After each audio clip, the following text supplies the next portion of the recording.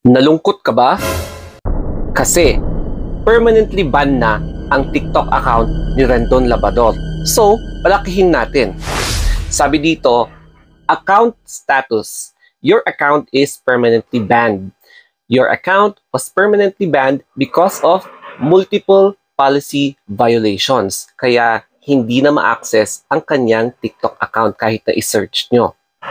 Tapos dito, makikita mo na kapag na-ban ang iyong account, meron kang pagkakataon na tignan.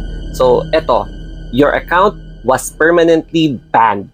Your account was permanently banned because of multiple policy violations. Tapos makikita mo dyan yung feedback. Ayan, kapag i-click mo yung feedback, malalaman mo kung bakit na permanently banned. Tapos, yung see details, ayan, makikita mo yung details ng particular violation. And then, download your data. Tapos, kapag wala ka na talagang pwedeng gawin, ayun, log out na. Siyempre naman, nag-appeal si Rendon Labrador. Pero, ito ang reply ng kanyang TikTok. So, sabi ni TikTok, Dear TikTok user, we have reviewed your appeal. It was determined that your account has violated our community guidelines and cannot be restored. Tapos, sa second paragraph, we ask that all users follow our community guidelines to help us maintain a safe, respectful TikTok community. Please review our community guidelines for further details. So, best or regards, TikTok team. Naglabas ng saloobin si Rendon Labrador katulad nito. Sabi niya, TikTok Philippines deleted my account. Bakit kung kailan binoboses ko ang mga taong walang kakayanang ipaglaban yung mga sarili nila, doon naman ako na-ban? So, daming-daming kabastusan at kahayupan sa TikTok ay okay lang? At meron pang isa. So, ito. Bakit ang daming masaya na binura ako sa TikTok? Kung may sama kayo ng loob sa akin, pakisabi na lang para alam ko. I'm not sure kung face-to-face na sasabihan mo sa kanya. I'm not sure. Yan.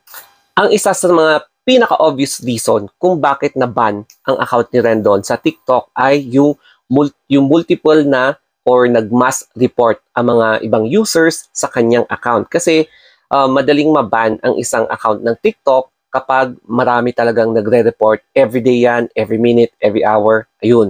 Makikita mo talaga sa notification mo na may mga nagre-report sa account mo. So, yun siguro ang isa sa mga posibleng dahilan kung bakit na-ban ang account ni Rendon Labrador sa TikTok. At ako naman, may warning din. Account warning yung aking TikTok account. So, ibig sabihin, kapag na-community guidelines violation ulit ang isa sa mga videos ko, ibig sabihin, malapit na matsugi. Kaya medyo nag-iingat na rin ako. Kaya lang, meron akong mga previous strike na mag-e-expire either this week or next week. Kaya, ayan, ingat-ingat lang muna tayo sa pag-upload. Anyway, katulad din yan sa Facebook, no? Meron siyang 90 days expiration kapag na-strike ang isang mga videos mo. So, kung sa Facebook, demonetized for 90 days, ganun din dito. Pero strike nga lang. Ayan. So, pwedeng maibalik after 90 days for as long as walang karagdagang violation. So, ganyan ang nangyayari sa lahat naman ng platform eh.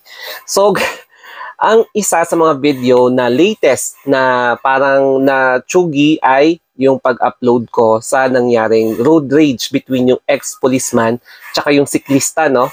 Pero, hindi ko alam. Siguro baka sa hashtag lang ako nadali. Yung iba kasi na nakita ko na account, nag-upload sila ng same video, hindi naman na-take down yung kanilang videos, no? Kaya depende siguro sa paggamit ng hashtag. Pero, under review yung latest na video ko na natanggal. Kaya awaiting appeal submitted, so awaiting for final decision. And tignan natin kung ma-invalidate yung na-strike para at least may balik sa normal yung ating channel or may balik sa normal yung ating account, no? Kasi may 90 days na expiration yung strike. Pero what if permanently ban ang inyong TikTok account?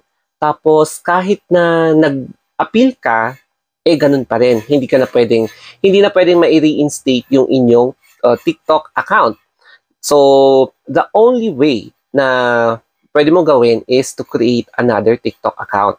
Pwedeng the same name, lagyan mo lang ng additional character, ayan, para madali nilang mahanap.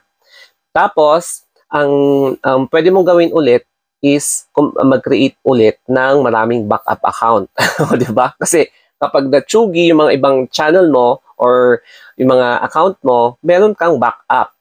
Pero, may nakita ako or fina-follow ako na isang content creator na 6 yung ginawa niyang backup account. Lahat yon natanggal, as in permanently banned.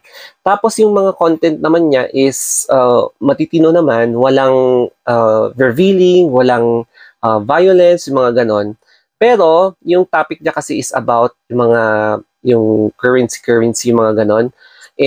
Medyo ayaw na ata ni TikTok yung mga ganon. Kaya yung mga nagko-content na ganon, natatanggal yung kanilang account or channel. Kaya medyo iniiwasan ko din yung mga ganong klaseng topic. Kaya ang big lesson sa atin is kung ano yung gusto nating i-upload na pwede sa ibang social media, pues ibahin nyo ang TikTok. Medyo maselan talaga siya sa mga videos na mga ina-upload nyo. Kaya big lesson ito sa ating lahat, hindi lang ako, kundi para din sa inyong lahat. Okay, so sana may natutunan kayo dito sa video, especially about sa mga pagiging careful sa pag-upload sa TikTok. Okay, so that's it guys. I hope na nakarelate din kayo. Anyway, always take care and be safe, lalong-lalo na ngayong umuulan.